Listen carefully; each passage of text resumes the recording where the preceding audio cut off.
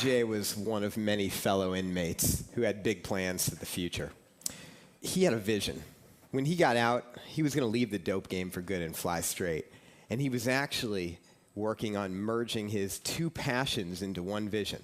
He'd spent $10,000 to buy a website that exclusively featured women having sex on top of or inside of luxury sports cars.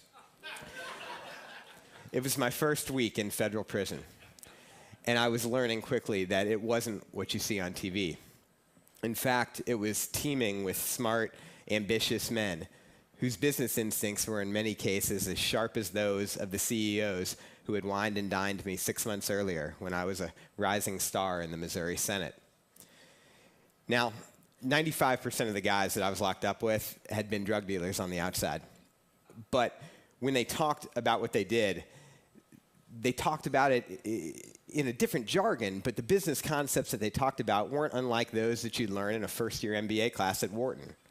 Promotional incentives, you never charge a first-time user. Focus grouping, new product launches, territorial expansion. But they didn't spend a lot of time reliving the glory days. For the most part, everyone was just trying to survive.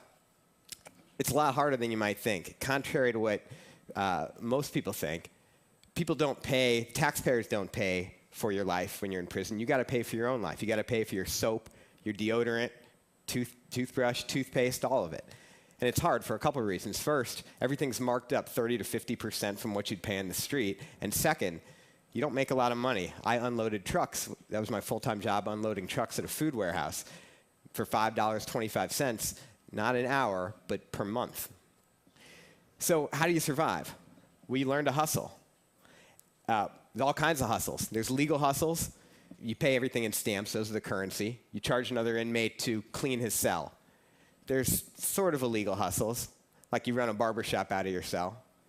There's pretty illegal hustles. You run a tattoo parlor out of your own cell.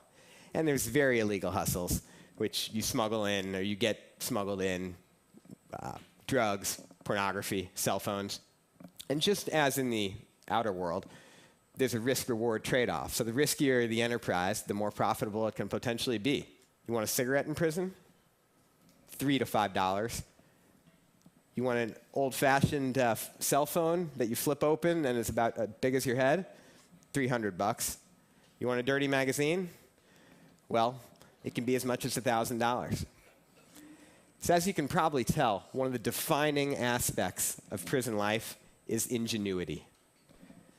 Whether it was concocting delicious meals from stolen scraps from the warehouse, sculpting people's hair with toenail clippers, or constructing weights from boulders in laundry bags tied on to tree limbs, prisoners learn how to make do with less.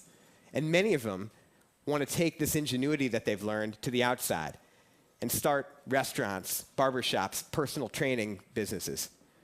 But there's no training, nothing to prepare them for that, no rehabilitation at all in prison. No one to help them write a business plan, figure out a way to translate the business concepts they intuitively grasp into legal enterprises, no access to the internet even. And then when they come out, most states don't even have a law prohibiting employers from discriminating against people with a background.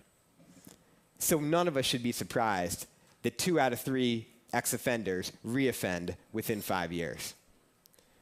Look, I lied to the feds. I lost a year of my life from it.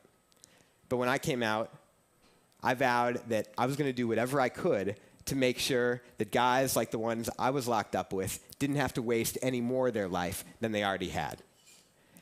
So I hope that you'll think about helping in some way. The best thing we can do is figure out ways to nurture the entrepreneurial spirit and the tremendous untapped potential in our prisons. Because if we don't, they're not going to learn any new skills that's going to help them, and they'll be right back. All they'll learn on the inside is new hustles. Thank you.